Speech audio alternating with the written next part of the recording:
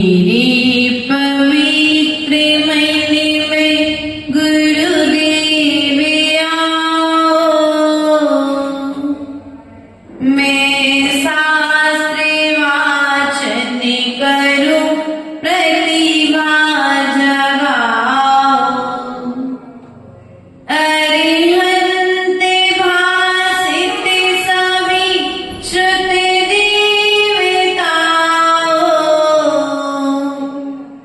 क्या बोलना अब मुझे तुम ही बताओ। क्या बोलना अब मुझे तुम ही बताओ। बोले अनंत अनंत सिद्ध परमेश्वरी भगवान की, देवादिदेव मूलनायक आदिनाथ भगवान की, देवादिदेव शासनायक भगवान महावीर स्वामी की, आचार्य भगवंत कुंद कुंद देव की, आचार्य भगवंत विराग सागर जी महाराज की, आचार्य भगवंत विशुद्ध सागर जी महाराज की, आचार्य गुरुवर ईश्वर विभव सागर जी महाराज की। सिद्ध श्री माता जी की, समाज संघ श्री माता जी की, समाज श्री माता जी की, समस्त तारिका शक्ति की जय कारा गुरुदेव का। प्रिय बंधु, अपना विषय चल रहा है मेरी भावना। मेरी भावना का पंडित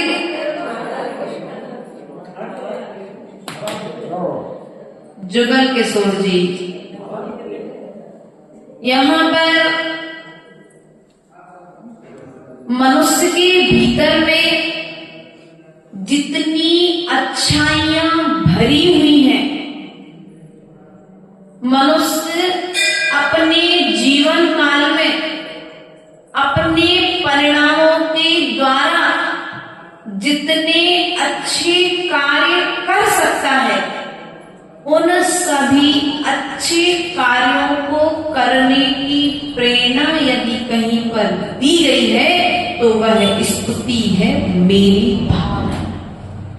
यदि आप कहें कि मैं इन अच्छाइयों को अपना नहीं सकता, तो पंडित जी कहते हैं कि यदि आप इन अच्छाइयों को अपना नहीं सकते तो मेरी भावना पढ़ना बंद कर दीजिए, क्योंकि वही कार्य करने के लिए आपसे कहा गया है जो कार्य आप कर सकते हो। एक छोटे से बच्चे के लिए भी हम जब चलना सिखाते हैं तो उस बच्चे से कहते हैं बेटा देखना वहां चींटी है, यही सिखाते ना भैया। सभी लोग अपने बच्चों को जब चलना सिखाया था तब आपने यही बोला था बेटा देख करके चलना, कहीं कोई जीभ का घात ना हो जाए।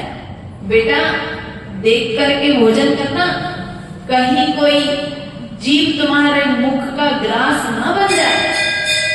बेटा जब बड़ों से बात करो तो ऐसे बोलना कि उनका अपमान ना हो जाए। भैया यही बात आपने अपने बच्चों को बचपन में सिखाई है। अब बचपन में जो बात आपने अपने बच्चों को सिखाई है, बचपन की उम्र में आचरण आपको करना पड़ेगा, तब वह बच्चा उस सिखाई हुई बात का आचरण करना सीखे। क्योंकि आचार्य भगवंतों ने कहा है कि जो बातें हम कहकर के सिखाना चाहते हैं वो बातें बच्चे सीख भी सकते हैं और नहीं भी सीख सकते हैं, लेकिन यदि वही बात हम आचरण करके सिखाएंगे तो बच्चा उसी बात को बहुत जल्दी सीख जाता कि नहीं सीख जाता। इसलिए प्रिय बंधु, कार्य ऐसा करो कि सबका भला हो जाए। तुम उस कार्य को स्वयं करना प्रारंभ बड़ौदिया से। इनको भविष्य में जाकर के मुनि बनना है और मुनि बनने की भावना लेकर के आचार्य भगवंतों की सेवा में तत्पर रहते हैं। तो ये मत समझना कि इनको मुनि बनना है तो मात्र ये स्वयं की तैयारी कर रहे हैं, ये अपनी पोती को भी आदि का बनने की प्रेरणा दे रहे हैं और पोते को भी मुनि बनने की प्रेरणा दे रहे हैं। वे स्वयं कह रहे हैं कि बेटा मैं चल के बता रहा हूं ना तो तुम भी इस मार्ग पर चल सकते हो। आज की माता क्या कहेगी, बेटा बहुत कठिन मार्ग है, चलना नहीं, क्योंकि आप जब चले नहीं हो तो चल के दिखाओगे क्या? जब कल के करके दिखाओगे तो वह कार्य करना आसान हो जाता है। इसलिए प्रिय बंधुओं, यहाँ पर जुगल किशोर जी मुख्तार साहब यहाँ पर यही बात कह रहे हैं कि यदि तुम अपना भला करना चाहते हो, इस मनुष्य पर्याय में तुमने जो जो पाप किए, क्या किए भैया?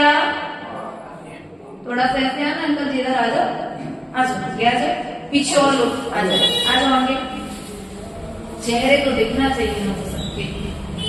आपने अपने जीवन काल में जितने पाप किए हैं उन पापों का विसर्जन कब करोगे? तो पंडित जी मुख्तार साहब यहाँ पर कह रहे हैं कि तुमने अपने जीवन काल में जितने भी पाप किए हैं उन पापों का विसर्जन जीते जी कर देना, वरना तुम्हारा पुत्र तुम्हारी देह का विसर्जन तो कर नहीं पाता। यदि देह का विसर्जन तुम चाहते हो कि तुम्हारे लिए जब जन्म लिया था तो तुम्हारे दोनों हाथ में पुण्य का लड्डू था कि नहीं था? पुण्य लेकर के आए थे, मुट्ठी बांधे आया था, हाथ पसारे, पक्का मालूम है ना सबको, कोई हाथ बांध के जाएगा क्या? कितनी भी ताकत नहीं रह जाएगी कि तुम मुट्ठी बांध लो। अर्थात हाथ पसारे जब जाना है, कुछ लेकर के हमें जाना नहीं है, तो फिर क्यों दिन रात पाप में लीन होकर के कार्य करते हो? पाप से निवृत्त होने का प्रयास करो। हम कदम कदम पर झूठ बोलते हैं। रितेश, ऑफिस से फोन आया, भैया टाइम हो गया, पाए नहीं, बस मैं रास्ते में हूँ अभी, तो बड़ी चौके में बैठे आवाज दे रहे हैं। क्या हुआ? पहले व्यक्ति झूठ कम बोलता था, लेकिन आज व्यक्ति जैसे श्वास के निमित्त से ये जीवन चल रहा है ना, वैसे ही वो मोबाइल की डिब्बी में से व्यक्ति कदम कदम पर बिल्कुल झूठ बोल करके अपने जीवन का निर्वाह है। अब पाप करके तुम जीवन का निर्वाह कर रहे हो तो बताओ भविष्य में जाकर के फिर पुण्य के फल मिलेंगे क्या? इसलिए उसका तरीका ये है कि हम रास्ते में आ रहे हैं या थोड़ी देर में पहुंचने वाले हैं। क्या कह सकते हो? बस थोड़ी देर में पहुंचने वाले, इतना कह दो। कहाँ हो सामने वाले ने नहीं पूछा, आपको झूठ बोलने की जरूरत, बस सर थोड़ी देर में हम पहुंचते हैं। आपने क्या कहा? बस रास्ते में निकल गए, बस गाड़ी चला रहे, तो इतना बोलना ही क्यों? पाप का बंद करने क्यों? बस पहुंचने वाले हैं सर, आने वाले हैं। आप लोग भी कदम कदम पर झूठ बोलते कि नहीं बोलते?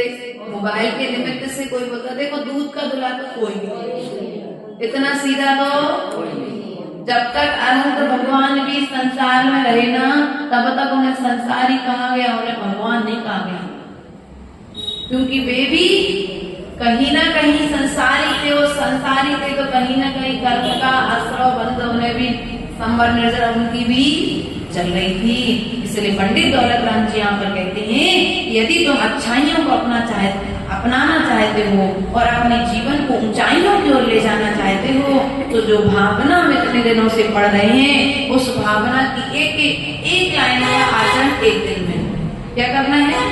ज्यादा नहीं करना, बस एक बात को एक दिन आचरण करो।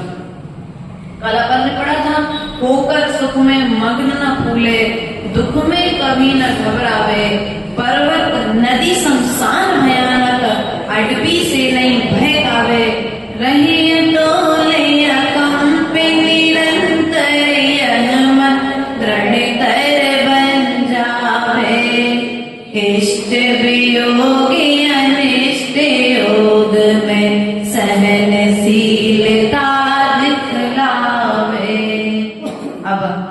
अगले 9वें काव्य में छंद में क्या कह रहे हैं, तो अपन सभी से समझने का प्रयास करेंगे।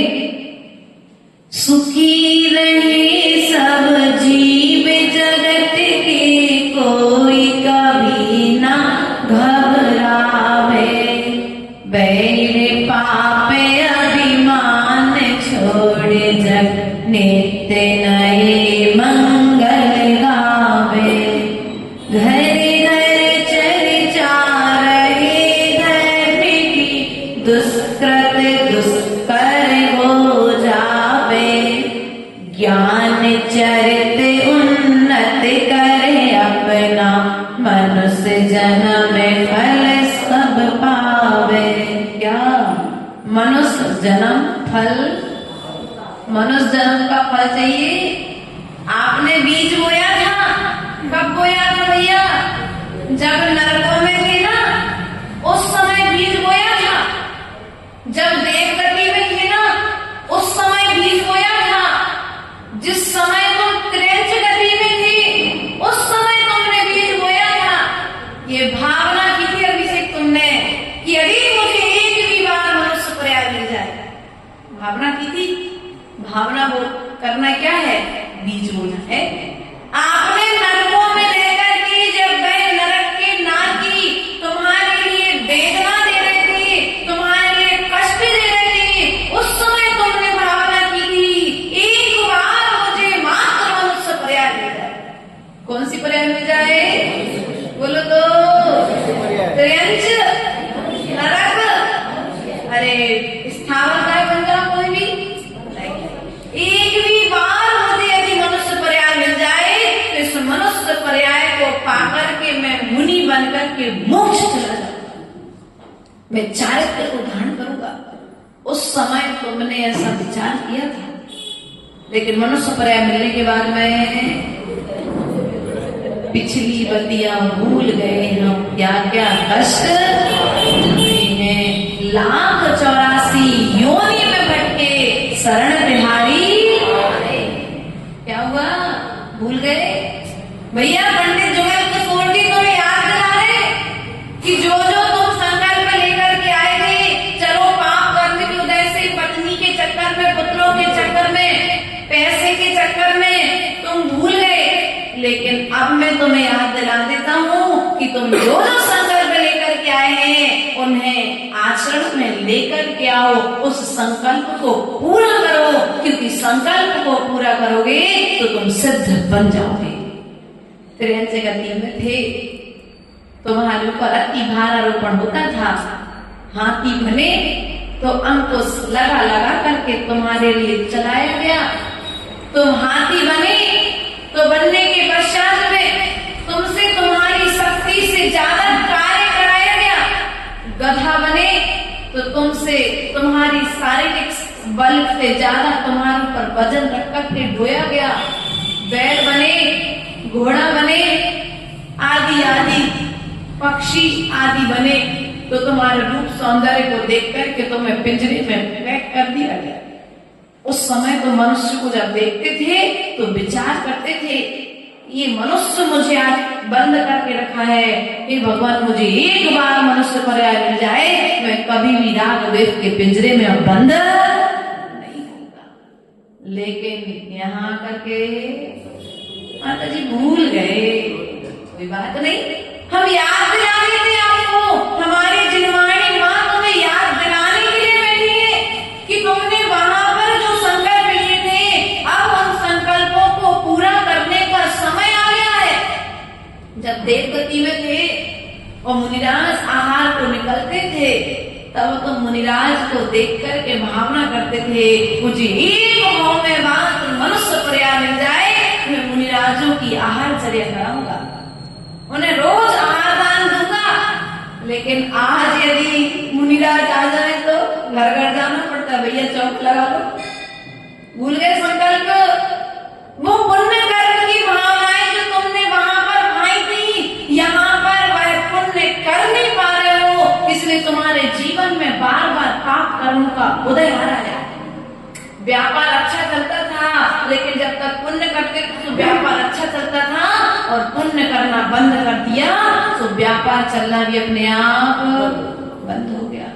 इसलिए प्रिय बंधुओं, जो हमने नरक निगोद त्रयंच और देव गति में जो संकल्प लिए हैं, जब वहां पर तुम्हारी माला मुरझाई, सम्यक दृष्टि देव और मिथ्या दृष्टि देव, मरण के 6 माह पूर्व देवों की माला मुरझाती है, लेकिन सम्यक दृष्टि देव अपने सम्यक दर्शन के बल पर शुभ मरण की तैयारी करता है, और मिथ्या दृष्टि देव वहीं पर जब उसे ज्ञात होता है कि अब मेरा मरण होने वाला है, तो वही देव अवधि ज्ञान से जानता है कि अब मैं कहां पर जाऊंगा।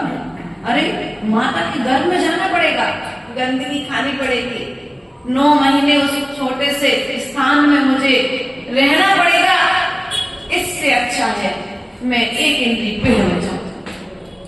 क्या मैं एक इंद्री बन जाऊं, वृक्ष बन जाऊं? ऐसी भावना करता है और वह स्वर्ग का देव आकर के हजारों वर्षों के वृक्ष बनकर के खड़ा हो जाता है।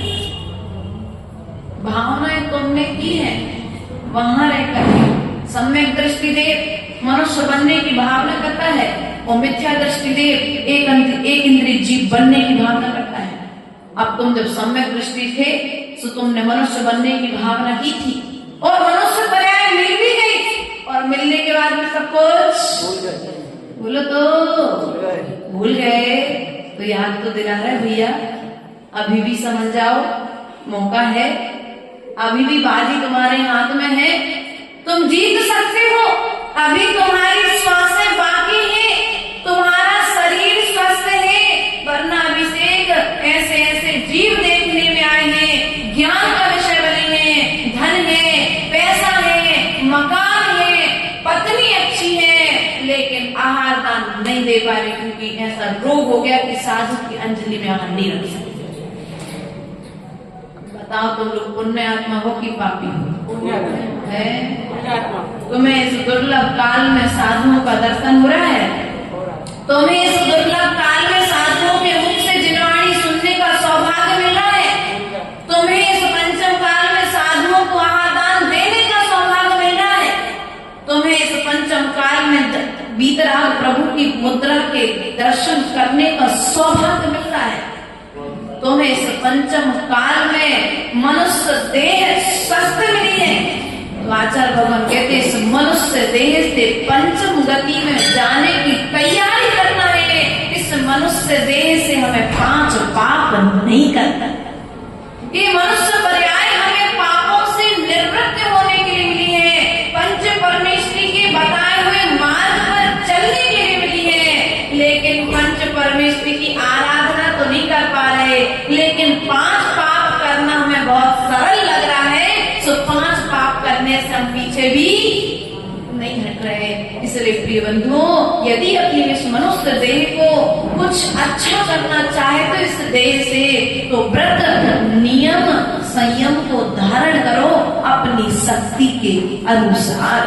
यहाँ पर क्या कहते हैं? मनुष्य जन्म फल सब पावे, मनुष्य जन्म का फल पावे, सुखी रहे सब।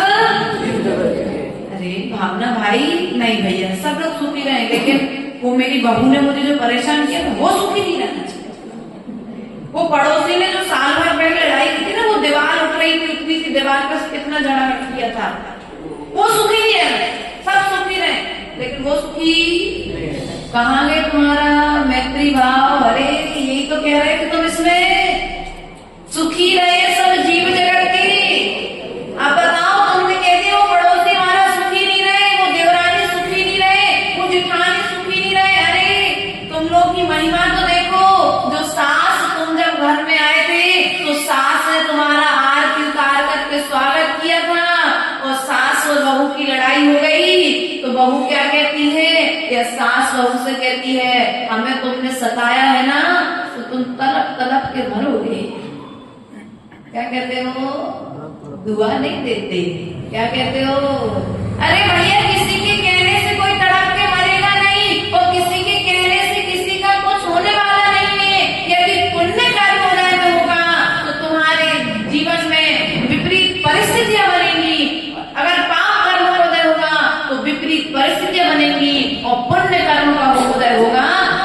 करने वाले कहते रहेंगे और तुम जन्म को प्राप्त कर उसके फल को प्राप्त कर। इसलिए कभी भी स्वप्न में भी किसी के विषय में बुरा मत सोचो। सुखी रहे सब जीव जगत के, कोई कभी ना, बोलो तो, कोई कभी ना घबरावे। ऐसी भावना होना चाहिए, कभी किसी को किसी भी तरह का कोई डर, क्योंकि अगर पाप नहीं करोगे तो डर नहीं रहेगा, और पाप करोगे तो डर तुम्हारे पीछा छोड़ने वाला। इसलिए हमेशा अगर डरना है तो पाप से डरो, पापा से डरो या नहीं डरो, लेकिन पाप से डरो। भैया प्रीते, तुम्हारे 2 पुत्र और 1 पत्नी का है। ये 2 पुत्र और 1 पत्नी के पिता हैं, 2 पुत्रों के पिता और 1 पत्नी के पति हैं। अब ये बताओ हमारे लिए, तुम्हारी पत्नी तुमसे डरती है कि तुम्हारे पुत्र तुमसे डरते हैं, कि दोनों नहीं डरते? अच्छा, ये डरता है सबसे। ध्यान रखना, किसी से डरना नहीं है। तुम्हारा पाप कर्म का उदय यदि तीव्र होगा तो सामने वाला तुम्हारे लिए अपशब्द कहेगा और प्रभाव डालेंगे, और यदि पुण्य कर्म का उदय है तो हमारे यहाँ तो बुंदेलखंड में कवि का प्रसिद्ध है, कौआ को से ढोर नहीं मरा। क्या? कौआ को से ढोर नहीं मरते। यदि कोई तुम्हारे बुरे की कामना कर रहा है ना, तो तुम्हारा बुरा नहीं होगा, क्योंकि कभी तुमने स्वप्न में किसी का बुरा किया नहीं है, तो तुम्हारा भी बुरा होने वाला। लेकिन यदि सामने वाले ने तुमसे कह दिया कि तुम्हारा ऐसा हो जाए, तो वो तुमने बात अपने भीतर में रख ली, अब वो बात नकारात्मक ऊर्जा, उस शब्द को तुम अपने दिमाग में बार बार रखे रहोगे, अरे सामने वाले ने ऐसा कह दिया, ऐसा हो जाएगा, ऐसा हो जाएगा।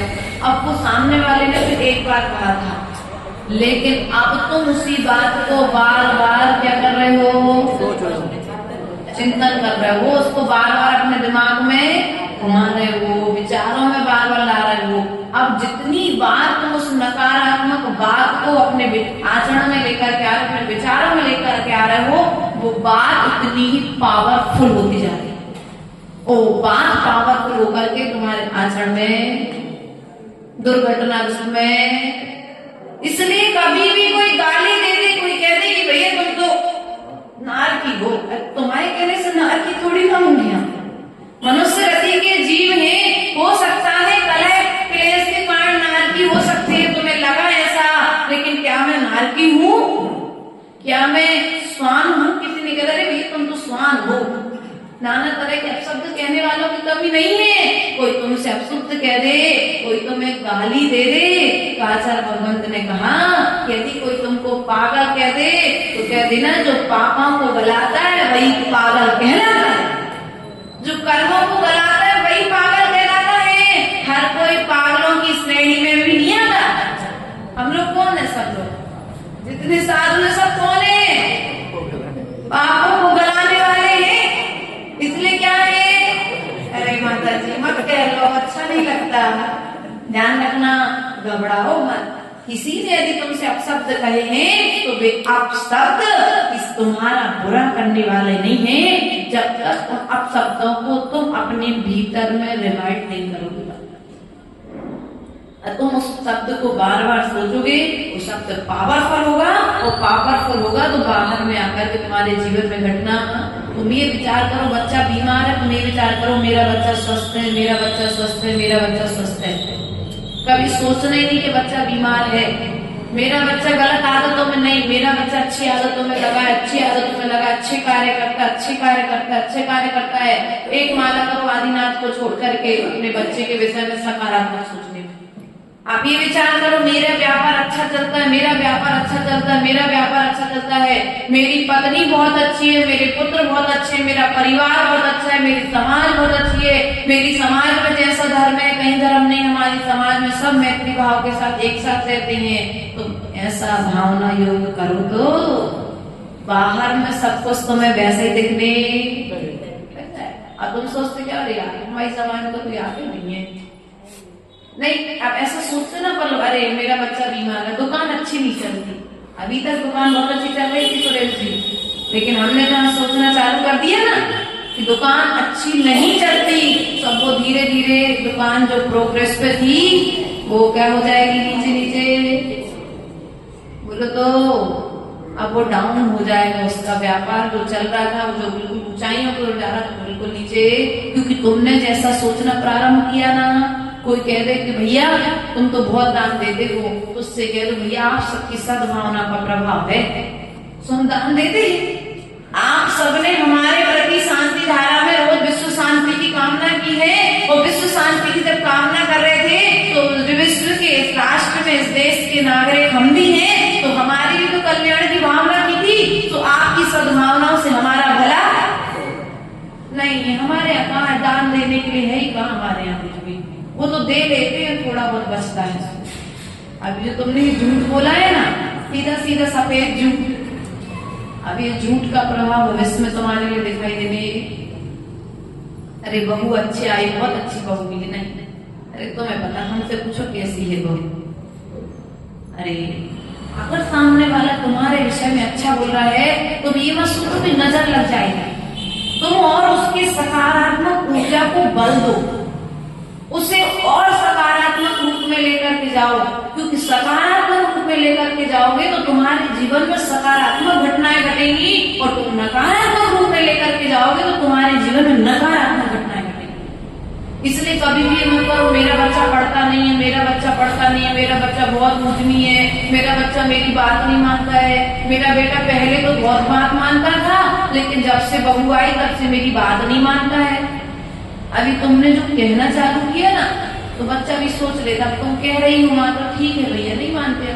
अब अभी तक तो गई गुजरी थोड़ी बहुत सुनता ही था तुम्हारे, वो भी सुनना बंद, क्योंकि तुम्हारी नकारात्मक सोच का प्रभाव तुम्हारे बच्चे के ऊपर में प्रभाव पड़ता कि नहीं पड़ता। एक कपड़े की दुकान बढ़िया खुली है, उस पुद्गल कपड़े का जब तुम्हारे मन पर प्रभाव पड़ता है तो तुम्हारे मन का प्रभाव तुम्हारे बच्चे पर पड़ेगा कि नहीं पड़ेगा। कपड़े की दुकान पर बहुत सुंदर सुंदर कपड़े बने थे और तुम मंदिर से जा रहे थे, और मंदिर से जाते समय तुमने देखा है बहुत सुंदर साड़ियां आई हैं, अब बस भोजन करके जल्दी से 2 बजे तक हम बाजार आकर के साड़ियां, उस पुद्गल टुकड़े का प्रभाव तुम्हारे मन पर पड़ा कि नहीं पड़ा।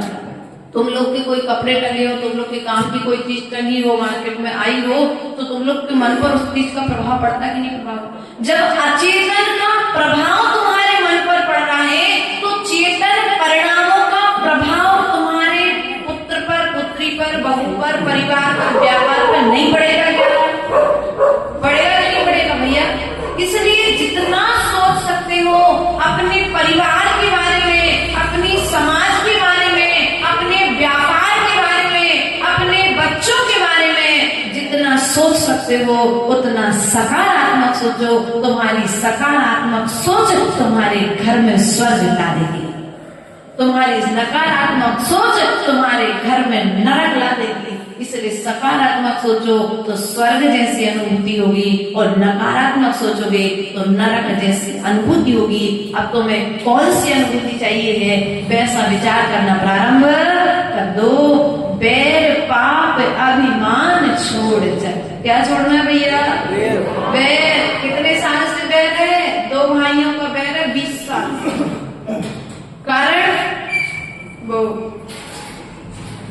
छोटे भाई ने बड़े भाई से झगड़ा कर लिया, बड़े भाई ने छोटे भाई से झगड़ा कर दिया, दोनों ने एक दूसरे से क्षमा नहीं मांगी और पैर बांध लिया। अब बोलना बंद, घरों में जाना आना बंद, एक दूसरे को देखना सुनना, सूतक पातक मानना। बताओ अच्छा किया आप लोगों ने कहा है? हमारे पारस प्रभु ने तो 10 भाव तक कमट से बैर नहीं मांगा, वो कितना भी उत्सर्ग करता है लेकिन प्रभु ने उससे बैर।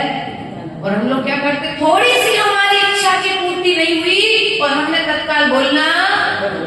तरुण सागर जी कहते थे लड़ लेना, झगड़ लेना, मार लेना, पीट लेना, घसीट लेना, सब कुछ कर लेना, लेकिन कभी भी बोलना बंद।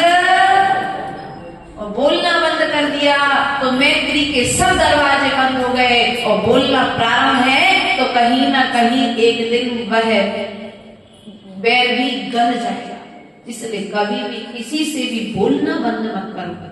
कोई बिल्कुल विपरीत परिस्थिति का है तो उसके प्रति माध्यस्थ भाव रखो। वो तुमसे जय जिनेन्द्र करे तो तुम उससे जय जिनेन्द्र कर लो, बाकी और ज्यादा इंटरफेयर मत करो। यदि कोई क्रूर प्राणी है तो सांप के जैसे हैं, यदि उसे दूध पिलाओ तो विष उगले, ऐसे यदि जीव हैं तो कुछ मत करो, तुम उसके प्रति माध्यस्थ भाव रखो और प्रभु से एक दुआ करो उस व्यक्ति के प्रति, भगवान उस व्यक्ति के लिए, मेरे भाई के लिए सद्बुद्धि दे, जिससे उसके मन में जो मेरे प्रति बुरे विचार पनप रहे हैं वे बुरे विचार समाप्त भावना और करो। हम तो कहते अच्छी और भावना करो, लेकिन हमने किया क्या,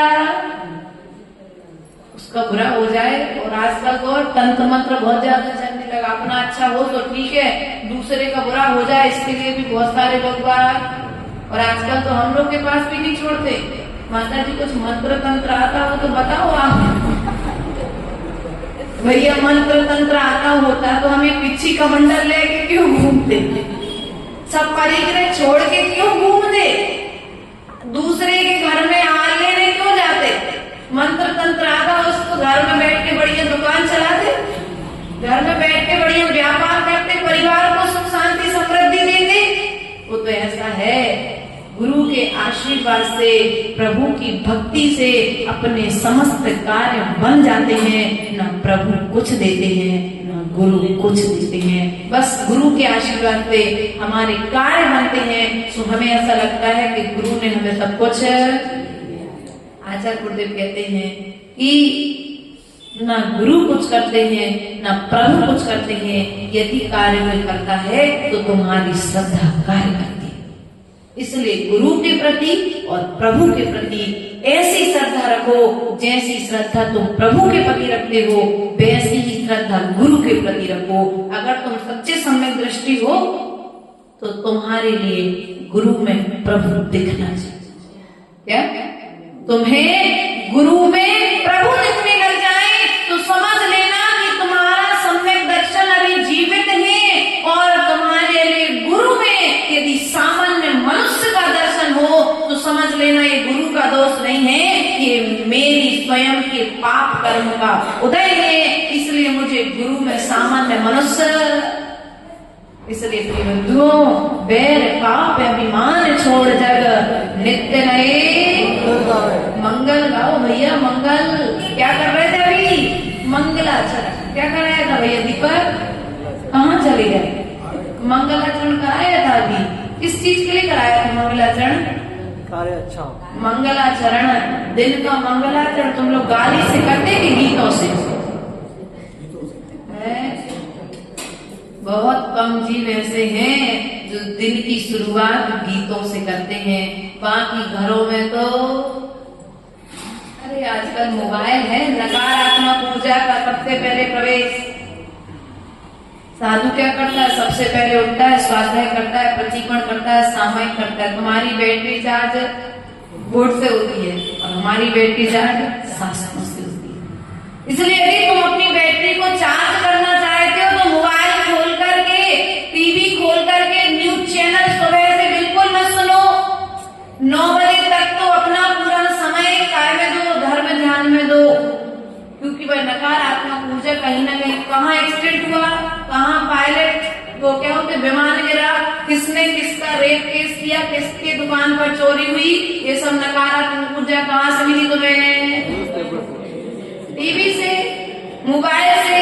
अब पहले नंबर व्यक्ति पेपर अकेला पढ़ता था, कहाँ से मिलती थी नकारात्मक ऊर्जा, बोलो तो पेपर से मिल गई। अब वो नकारात्मक तुम्हारे विचार में चलेगा, अरे सामने वाले के वहां चोरी हो गई थी, कहीं मेरे यहाँ चोरी ना हो जाए। अब वो बार बार विचार चलेगा ना, तो तुम्हारी बच्चे विचारात्मक ऊर्जा जब बलवान होगी तो एक दिन ऐसा हो जाएगा कि तुम्हारे घर पर भी चोरी। सोचना ही नहीं, बुरा सुनना नहीं और बुरा सोचना।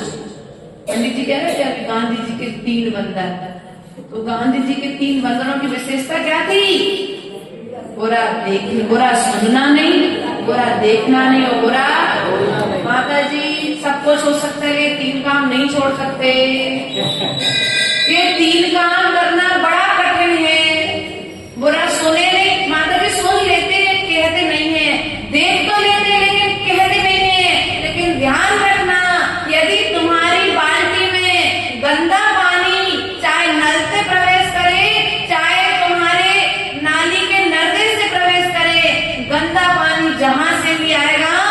भविष्य में आकर के तुम्हें काम में आने वाला। और गंदगी के प्रवेश द्वार दो हैं, एक तो आंखें और दूसरे कान, और निकालने के लिए एक मुख है।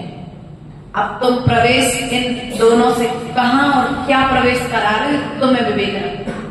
यदि तुम अच्छी बातें प्रवेश करा रहे हो तो भविष्य में तुम्हें अच्छा मिलने वाला है, और बुरी बातें प्रवेश करा रहे हो तो बुरा ही मिलने वाला है। क्योंकि कहते ना, जो खाओगे सो वही तो निकालोगे। और दोस्तों, इसे जैसा सुनोगे और जैसा देखोगे भविष्य में वैसे ही बोलोगे।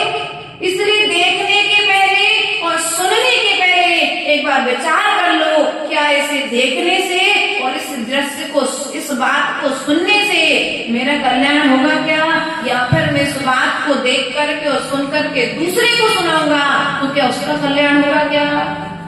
जब किसी का कल्याण होने वाला नहीं है तो देखना सुनना बंद करो ना भैया।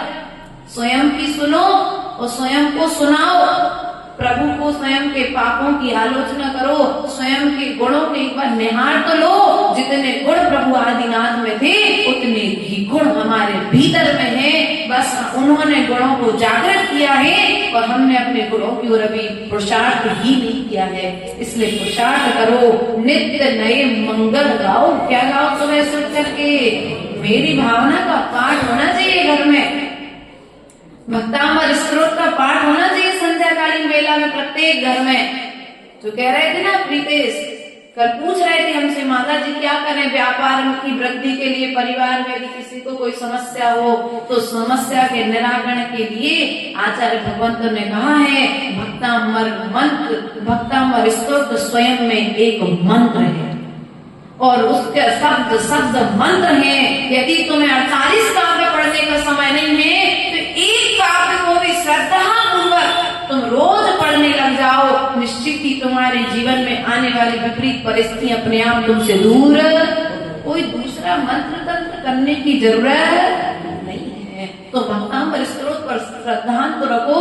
उनके 48 ताले टूटे थे, तुम्हें 48 ताले थोड़ी ना टूटने, तुम्हारा तो छोटा मोटा काम है कि नहीं है। जैसी विपत्ति मान तुम गोस्वामी पर आई थी वैसी विपत्ति हम पर थोड़ी ना आई है। बादी रजमुनि को कुष्ठ रोग हो गया था और एक ही भाव स्त्रोत रच दिया उन्होंने। उस कुष्ठ रोग की स्थिति में उन्होंने प्रभु की भक्ति नहीं छोड़ी। और आज हम सबसे पहले किसी को छोड़ते हैं तो धर्म को छोड़ते हैं और अधर्म की ओर अग्रसर होकर के अपने कार्य बनाने का विचार करते हैं। इसलिए प्रिय बंधुओं, अधर्म को नहीं, धर्म को नहीं छोड़ना है, अधर्म को अपनाना नहीं है। तभी घर में जाकर के प्रतिदिन मंगल होगा। घर घर चर्चा रहे धर्म की। अरे धर्म की चर्चा तो नहीं है माता जी घर में, वहाँ की सब चर्चाएं हैं। कौन की दुकान कैसी चल रही है, कौन के घर में क्या हो रहा है, कौन से माता जी महाराज जी कैसे हैं, उनकी चर्या कैसी है, वे प्रवचन कैसे करते हैं। ये चर्चा तो हमारे घर में नकारात्मक रूप में है। सकारात्मक रूप में बोलो तो है क्या? नहीं है। बताओ, घर घर चर्चा धर्म की रहेगी तो दुष्कृत होगा कैसे? दुष्कृत अर्थात जो तुम्हारे पाप कर्म है वो नष्ट कैसे होंगे? सकारात्मक ऊर्जा को अपने घर में प्रवेश कराओ। कुल मिलाकर के सुबह से हो तो भक्तामर से शुरुआत हो, दिन का अंत हो तो भक्तामर से शुरुआत हो। हमको बताती थी दादी माता कि सुबह कालीन प्रातः कालीन वेला में जब होती थी तो मेरी भावना, 12 भावना, आलोचना पाठ, वैराग्य भावना, ये सब स्तुतियां हमारे पूर्व जगत माताएं पढ़ती थी। और आज की माता क्या करती है? रात भर में किसका मैसेज आया है? सबसे पहले मोबाइल उठेगा, चैटिंग देखेंगे, किसकी आई है, उत्तर देना है तो सबसे पहले मोबाइल में जो प्रश्न आया है या जो बात है इसको उत्तर दे करके फिर मोबाइल रख फिर नहाने जाते हैं। और पहले लोग क्या करते थे? सबसे पहले नंबर जनवाणी उठाते थे, मोबाइल नहीं उठाते थे। आज तो में मोबाइल उठाने का समय है, मोबाइल देखने का समय है, मोबाइल चलाने का समय है, लेकिन जनवाणी पढ़ने का समय और जिसके पास जनेन्द्र भगवान की वाणी पढ़ने और सुनने का समय नहीं है, समझ लो अभी वह दीर्घ संसारी जी।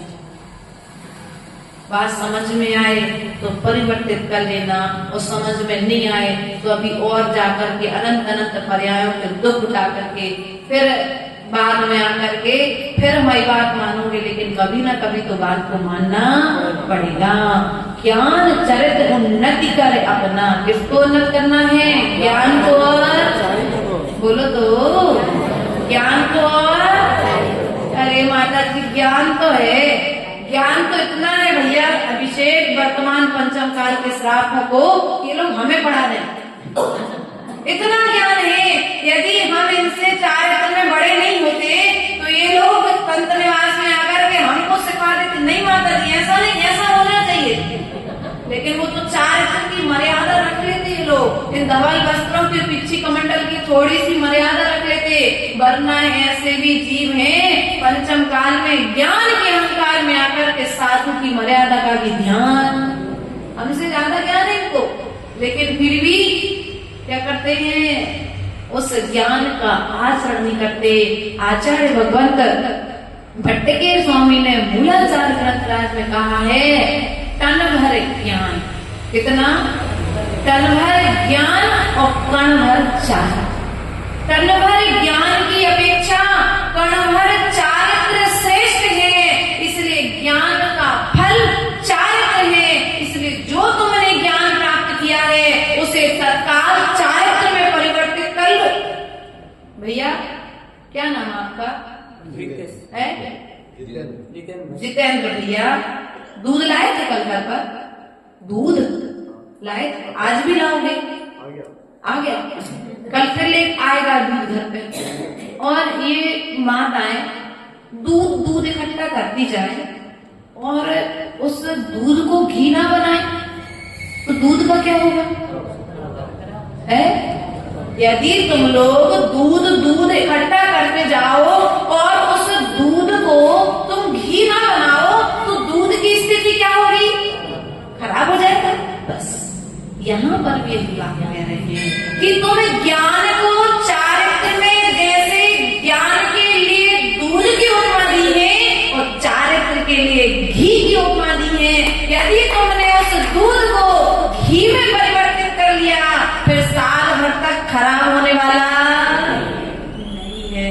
इसलिए प्रिय बंधुओं, तुम्हारे पास जितना ज्ञान है उस ज्ञान को चारित्र में परिवर्तित कर लो, फिर कभी तुम्हारा ज्ञान खराब होने वाला। लेकिन माता जी ज्ञान कितना है कि हमने बड़े बड़े छपड़ा सार, लब्धि सार और कर्म कांड और जीव कांड और जितने जितने कांड सब पढ़ लिए, लेकिन फिर भी हमने अपनी व्यवस्थाएं। आप बताओ कि मनुष्य जन्म का फल मिलेगा कैसे? इसलिए यदि मनुष्य जन्म का फल चाहते हो तो ज्ञान को चारित्र में परिवर्तित करके मनुष्य जन्म का फल प्राप्त करो। इन्हीं भावनाओं के साथ बोले परम पूज्य आचार्य गुरुवर विभव सागर जी महाराज की